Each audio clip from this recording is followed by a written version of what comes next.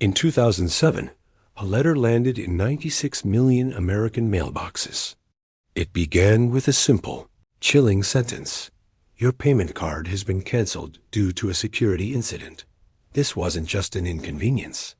It was the opening scene of the largest identity data exposure in United States history up to that point. The recovery effort would eventually cost a staggering $400 million. But more importantly, it taught us a crucial lesson. Even the systems we trust every day can have catastrophic failures hiding just beneath the surface. Let's rewind to the early 2000s. Shopping was an in-person experience, and the technology powering it was evolving fast. Many major retailers were using Wi-Fi to connect their in-store payment systems. The problem? The security standard they used, called WEP or Wired Equivalent Privacy, was notoriously weak. In fact, it was so weak that a skilled individual armed with nothing more than a laptop and a special antenna could sit in a store's parking lot and effectively listen in on the store's internal network traffic. This vulnerability wasn't just a theoretical flaw. One person, who would later cooperate with law enforcement, realized they could exploit this on a massive scale. The method, while technically complex, was conceptually simple. First, they would drive around, scanning for these open, weakly protected wireless signals coming from retail stores. Once a vulnerable network was found, they'd gain access and search for unpatched servers' computers on the network that hadn't received the latest security updates. From there, they could access and copy the transaction logs. These logs contained a gold mine of information, a continuous stream of customer payment data. This wasn't a one-time smash and grab. It was a slow, methodical siphoning of data, happening silently in the background, while millions of people shopped, completely unaware. The scale of this operation was breathtaking. Over a period of just 18 months, the breach expanded to over 1,800 individual store locations across the country. Think about that, nearly 2,000 points of failure. From these stores, an incredible 96 million payment records were captured. And this wasn't just useless data. It included the full card numbers, and in many cases, the crucial security codes from the magnetic stripes. The fallout was immediate and widespread. Banks were forced to reissue millions of credit and debit cards to prevent fraud. For years afterward, customers had to nervously monitor their account statements, watching for any sign of suspicious activity. The incident was a massive wake-up call for the entire retail industry, forcing a nationwide upgrade of payment systems and security protocols.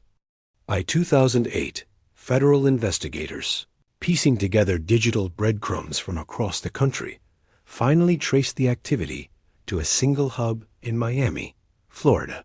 When they executed a search warrant on a residence, the physical evidence confirmed the digital trail. They discovered sophisticated computer equipment configured for large-scale data handling. But the most stunning discovery was physical.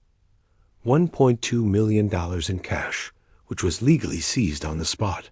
The cash, along with the digital evidence, painted a clear picture of a highly organized and incredibly profitable criminal enterprise, all built on a single widespread technological weakness. The digital ghosts had finally led to a physical address. The legal process moved forward, and in 2010, the case reached the U.S. District Court.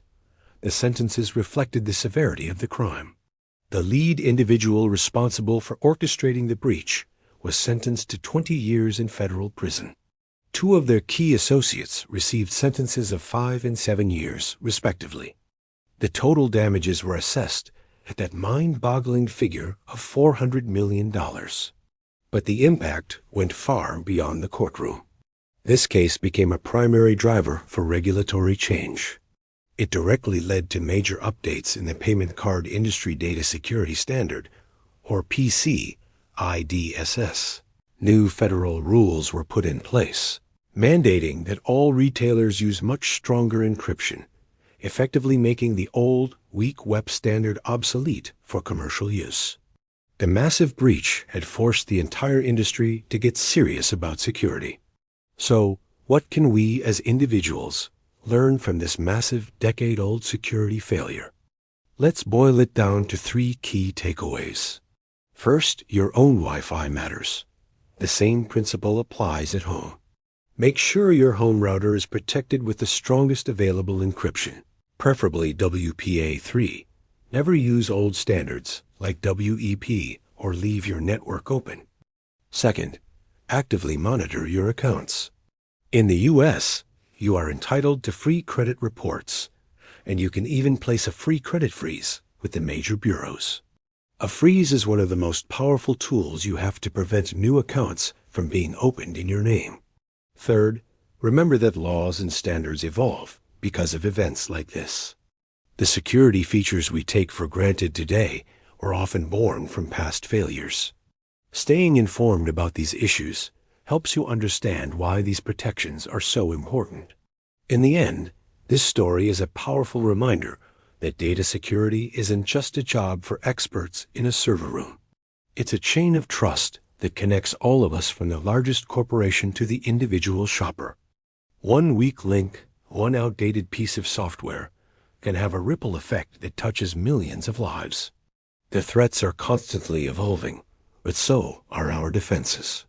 The best thing you can do is stay informed, stay vigilant, and stay protected.